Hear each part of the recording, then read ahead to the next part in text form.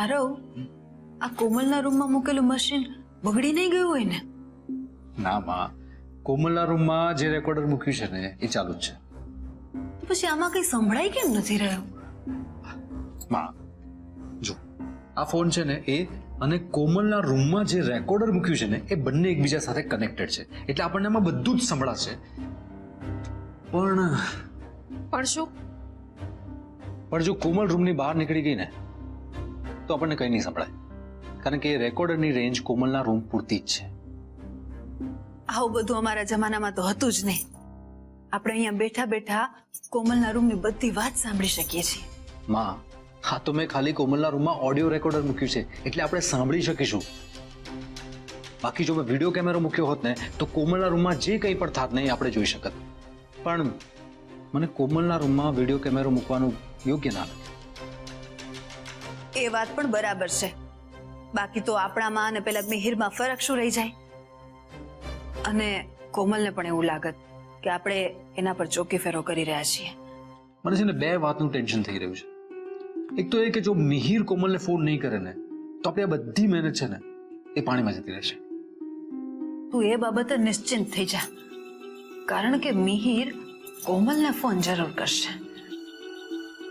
ચાલ માન્યું કે મિહિર એને ફોન કરશે, પણ જો કોમલ રૂમની બહાર નીકળી ગઈ અને પછી જો મિહિર એને ફોન કરશે ને તો આપણને કંઈ નહીં સંભળાય. કોમલ ઘરની બહાર નીકળી જ નહીં શકે. આપણે એને રોકીશું કેવી રીતે? મારી પાસે એક આઈડિયા છે. સોનુ દીકરા, તું તારું ઓફિસનું કામ કરતી હોય ને એમ લેપટોપ લઈને દરવાજાની પાસે બેસી જા અને કામ કરવાનો દોડ કરશે. અને કોમલ જેવી ઘરની બહાર નીકળવા જાય ને એટલે એને ગમે તેમ કરીને રોકી રાખજે અને તરત જ અમને જાણ કરજે. ઠીક છે, હું હમણાં જ જાઉં છું.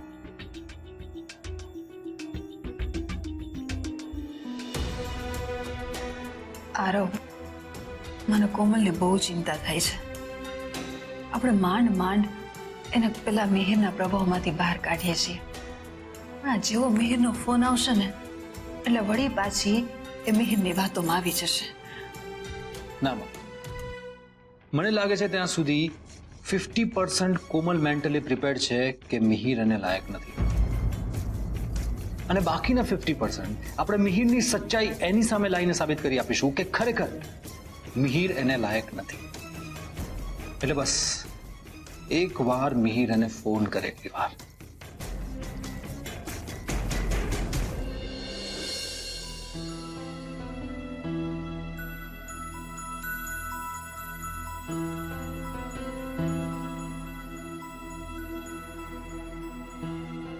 શું કરું?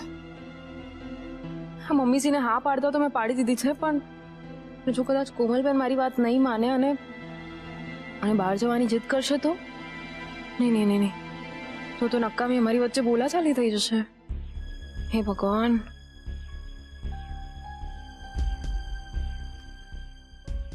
આઈસાબેન, તમે અહીં બેહીને હું કામ કરો છો? અંદર બેહીને કામ કરો ની. નહીં સવિતાબેન, અંદર નેટવર્ક નથી આવતું અને મારે ઇમ્પોર્ટન્ટ મેલ કરવાના છે. ઠીક છે, તમે બેહો. હું મારી બેનને ત્યાં રાંદલમાના લોટા તેડાવ્યા છે, ત્યાં જઈને આવું. હે? અરે વાહ, જઈ આવો. અચ્છા સાંભળો, રાંદલમાને અમારા બધા વતી કોમલબેન માટે પ્રાર્થના કરજો. ચોક્કસ કરા.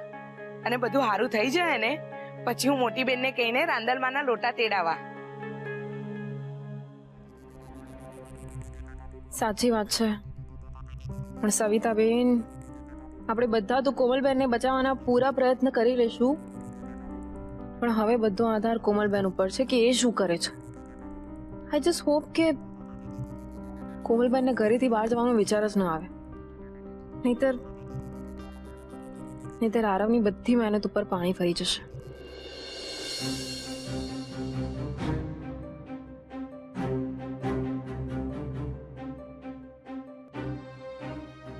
થેન્ક ગોડ હોલમાં કોઈ નથી, એટલે મારે કોઈને કાંઈ જવાબ નહીં આપવો પડે.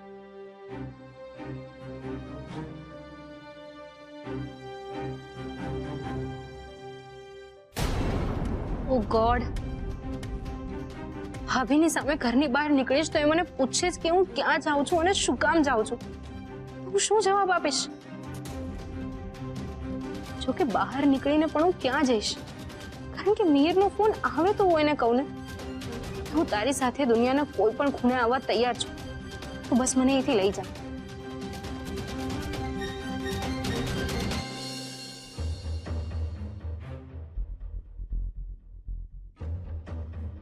બહુ સમય વીતી ગયો આરવ.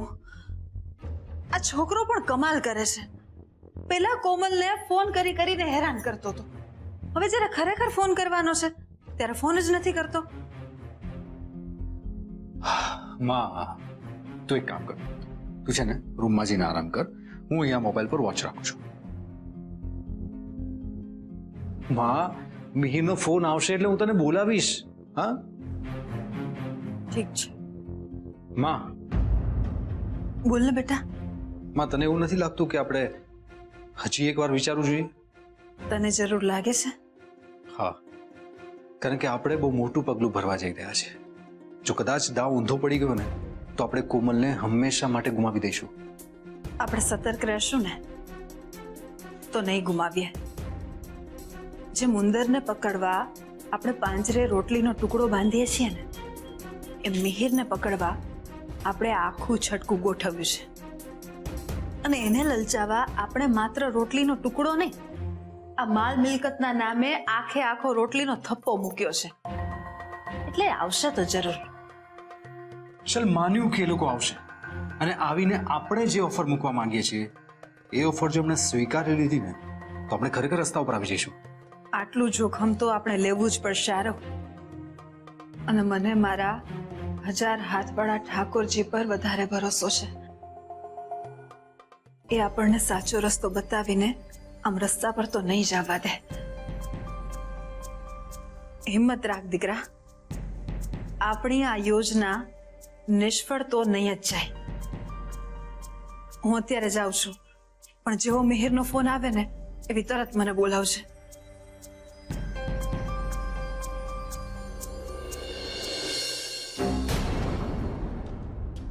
OMG, આ ભાભીને પણ હમણાં જ નીચે ઉતરવું હતું. આ કોકિલા મહેતા નામનું ચેકપોસ્ટ પાર કરીને જવું ટફ પડશે મારા માટે.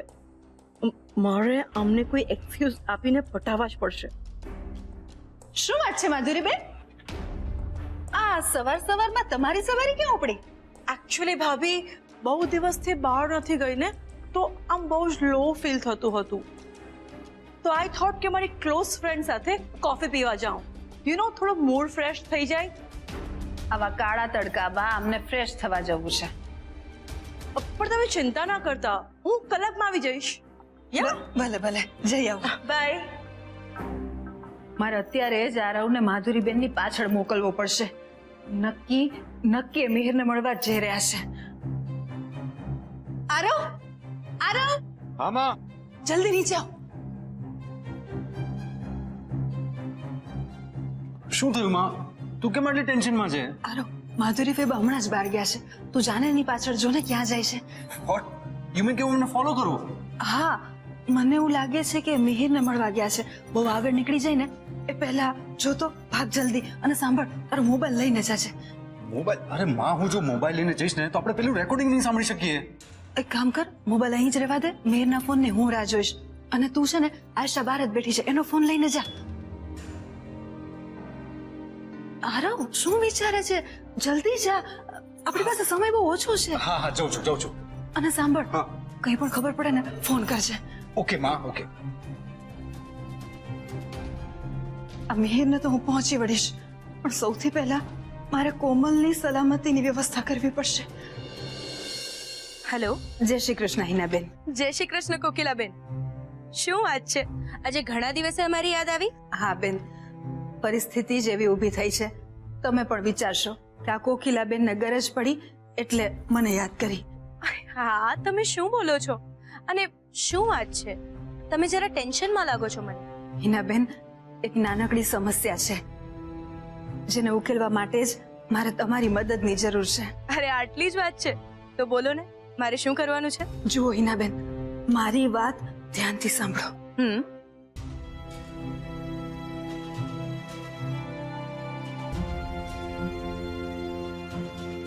ઠીક છે, હું તો આવી ગઈ છું ટાઈમસર. બસ હવે આવી જવો જોઈએ.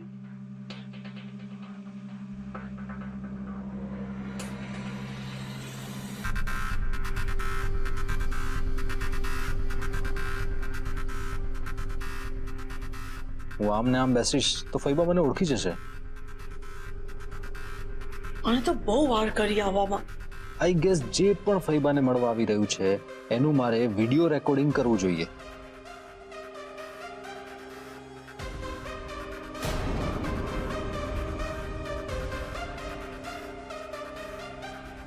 પરફેક્ટ એંગલ છે.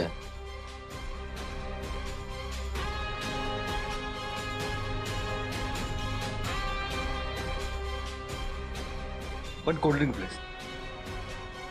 Hello aunt. શું હલો આંટ?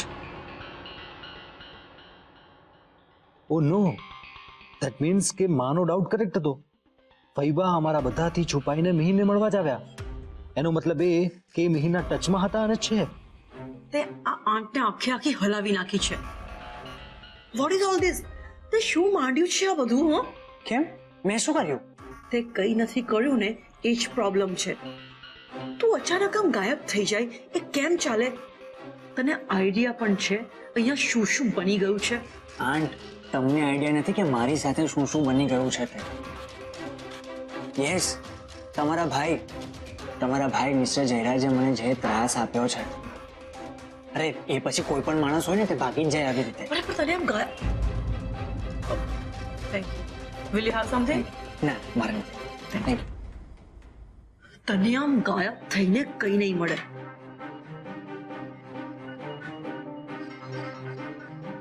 ઉપરથી તારે કોમલને કાયમ માટે ગુમાવવાનો વારો આવશે. કેમ? એવું તે શું થયું? અરે ભાભી અને આરવે ઘણા બધા પ્લાનિંગ કરે છે તારી પીઠ પાછળ. પ્લાનિંગ? શું પ્લાનિંગ? એ તને બધું હું પછી કહીશ. આ બધું શૂટ તો થઈ રહ્યું છે પણ કંઈ સંભળાઈ નથી રહ્યું. મારે કંઈક કરવું પડશે. લાગે છે હવે મારે એન્ટ્રી મારવી જ પડશે. પણ મારી વાત તું માન. અત્યારે આજે ને આજે કોમલને લઈને ચાલી જા. નહીતર આ લોકો કોમલનું બ્રેન વોશ કરી નાખશે અને કોમલથી કાયમ માટે તને.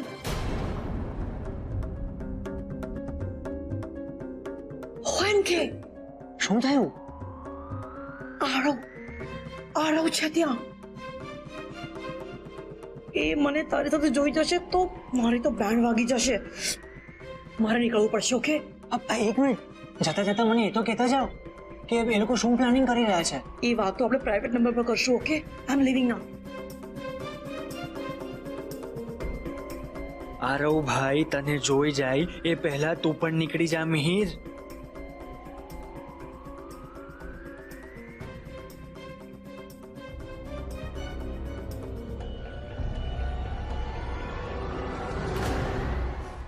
હવે તું નહીં છટકી શકે. શું માંડ્યું છે બધું? આમ અચાનક ગાયબ થઈને કોમલને અને અમને બધાને ટોર્ચર કરી રહ્યો છે. મારે તમારી સાથે કોઈ વાત નથી કરવી. વાત તો કરવી જ પડશે અને એ પણ અત્યારે જ.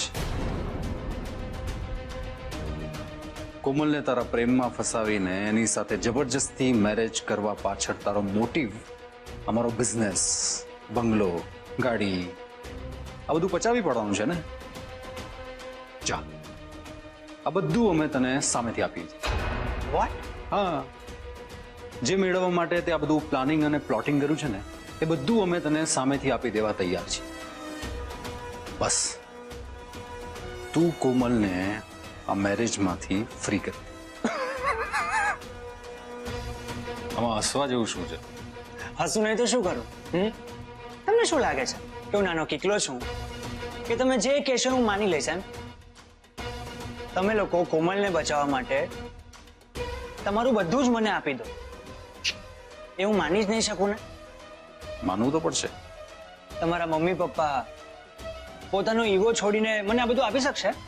મિહિર, તું એક વાર મારી જગ્યાએ તારી જાતને, કોમલની જગ્યાએ તારી બહેનને અને મારા પેરેન્ટ્સની જગ્યાએ તારા મા બાપને મૂકીને જો. પછી તને સમજાશે કે જ્યારે વાત ઘરની બહેન અને દીકરીની હોય ને ત્યારે માણસ પોતાની જાતને વેચવા પણ તૈયાર થઈ જાય છે. તને મારી વાતનો વિશ્વાસ ના આવતો ને તો હું જે બોલ્યો છું ને એ બધું સ્ટેમ્પ પેપર ઉપર લખીને લીગલ કોન્ટ્રાક્ટ કરવા માટે તૈયાર છું. તું તારા પેરેન્ટ્સને લઈને આવી જા, આપણે સામ સામે બેસીને ડીલ કરી લઈએ.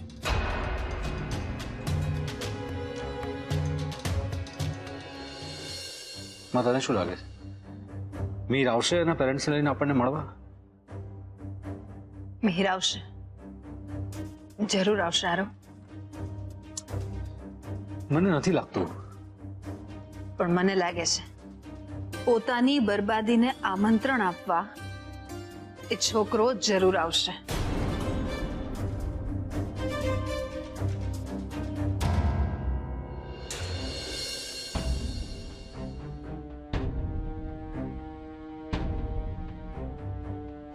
અરે તું આટલી હાફી કેમ રહી છે? શું થયું? મેં મિહિરને રેસ્ટોરન્ટમાં મળવા બોલાવ્યો હતો અને ત્યાં અરે આટલું બધું સસ્પેન્સ શેનું ક્રિએટ કરે છે? શું હતું ત્યાં? આરવ હતો. What? યસ. અરે પણ એ ત્યાં શું કરતો હતો અને એ ત્યાં કઈ રીતે આવી ગયો? I don't know. પણ હું શું કહું છું, આણે મને ત્યાં જોઈ તો નહીં હોય ને? હું એક કામ કરું, હું ત્યાં જઈને આરવને જ પૂછું કે તે માધુરીને મિહિર સાથે વાત કરતા જોઈ તો નથી ને? આવું શું બોલો છો? અરે તો બીજું શું બોલું? હા, એક કામ તું સરખી રીતે નથી કરી શકતી. શું જરૂર હતી મિહિરને આમ પબ્લિક પ્લેસમાં મળવાની? કોઈ એવી જગ્યાએ મળવું જોઈએ જ્યાં લોકોની અવરજવર ઓછી હોય. મને શું ખબર કે ત્યાં આરવ પ્રગટ થઈ જશે. અને જેવો મેં આરવને જોયો હું તરત ત્યાંથી નીકળી ગઈ. એટલે મોસ્ટલી તો એણે મને નહીં જ જોઈ હોય. And what about Mihir? એણે મિહિરને ત્યાં જોયો, એની સાથે વાત થઈ? મારી તો બહુ ઈચ્છા હતી કે ત્યાં ઊભી રહીને જોઉં કે આરવ મિહિરને મળે છે કે નહીં, અને મળે છે તો શું વાત કરે છે. પણ પછી મને એટલો ડર લાગ્યો ને કે જો આરવ મને જોઈ ગયો ને તો મારી તો બેન્ડ વાગી જશે. એટલે હું ત્યાંથી નીકળી ગઈ. આરવનું ત્યાં આવવું એ યોગાનો યોગ હશે કે પછી ત્યાં કેવું નથી ને કે તારા પર ડાઉટ આવ્યો હોય અને તારો પીછો કરતા કરતા આરવ રેસ્ટોરન્ટ સુધી પહોંચ્યો હોય? એ લોકોને મારા પર ડાઉટ જાય ને એ તો પોસિબલ જ નથી. આજકાલ ઘરમાં મને એકદમ સ્પેશિયલ ટ્રીટમેન્ટ મળી રહી છે. ભાભી તો મને બધું પૂછીને કરે છે.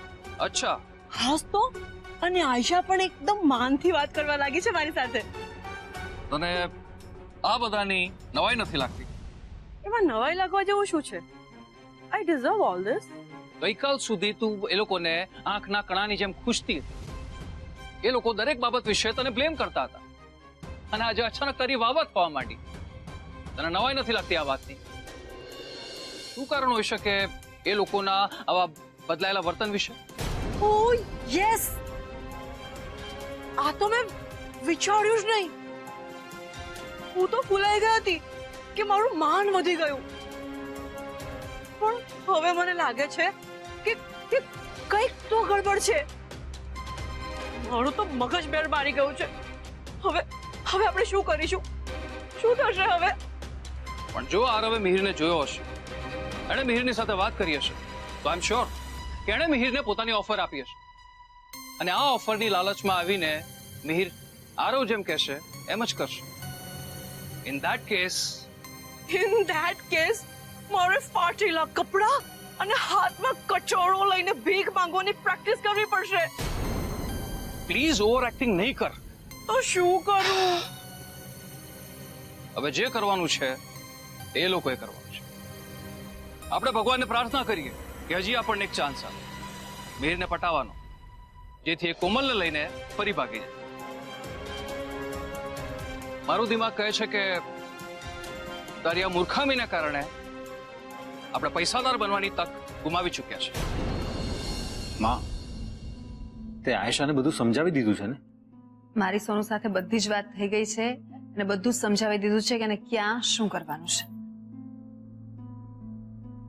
સોનુ, તારી હિનાબેન સાથે વાત થઈ કે નહીં? હા મમ્મીજી, મારી વાત થઈ ગઈ છે. ભાભી નીકળી ગયા છે, બસ પહોંચતા જ હશે. પણ હું શું કહું છું, આપણે જે કરવા જઈ રહ્યા છે એમાં જોખમ નથી? જોખમ દીકરા કઈ વાતમાં નથી. પ્રસવ પીડા સહન કરીને જોખમ ઉઠાવીને જ તો એક માં પોતાના બાળકને જન્મ આપે છે. મહેનત મજૂરી કરીને આ રીતના જોખમ ઉઠાવીને જ એક પિતા પોતાના ઘર પરિવારની જવાબદારી સંભાળે છે. અને સરહદ પર જવાનો પણ જોખમ ઉઠાવીને જ આપણા બધાની રક્ષા કરે છે. એટલે જોખમ તો દરેક વાતમાં રહેવાનું જ. પણ જો બેટા, આપણે દરેક પગલું સમજણપૂર્વક અને વિશ્વાસપૂર્વક ઉઠાવીએ ને તો આપણું નુકસાન થવાની શક્યતા અડધી અને સફળ થવાની શક્યતા બમણી થઈ જાય છે. યુ આર રાઈટ માં.